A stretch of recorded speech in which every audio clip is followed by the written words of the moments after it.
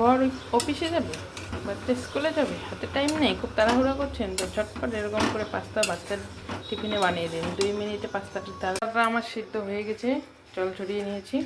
আর নিয়েছি টমেটো আর পেঁয়াজ কুচি। ঘরে যদি অন্যান্য সবজি থাকে দিতে পারেন, কিন্তু আমি এখন পেঁয়াজ আর টমেটো দিয়ে বানাবো। কড়াই গরম হয়ে গেছে, কড়াইয়ে দিয়ে দিব তেল, দিয়ে দিব পেঁয়াজ কুচি,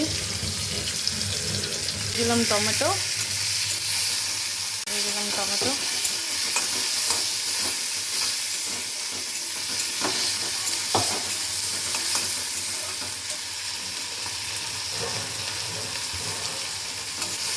টমেটোটা একটু ভাজা হয়ে গেলে পাস্তাটা দিয়ে দিই।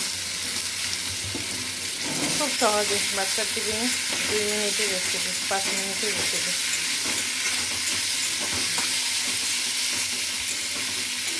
পরিমাণ মতো লবণ দিয়ে দিন,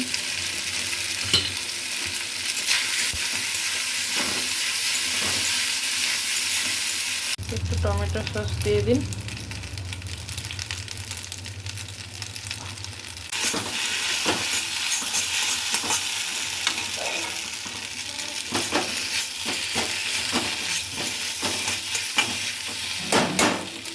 বাচ্চা যেহেতু খাবে ম্যাগি মশলা দিলে ভালো হয়, ম্যাগি মশলা তো নাই, তাই আমি একটু গরম মশলা গুঁড়োই দিয়ে দিচ্ছি। তো গাইস পাস্তা আমার রেডি, এই যে সার্ভ করে দিয়েছি টিফিনে।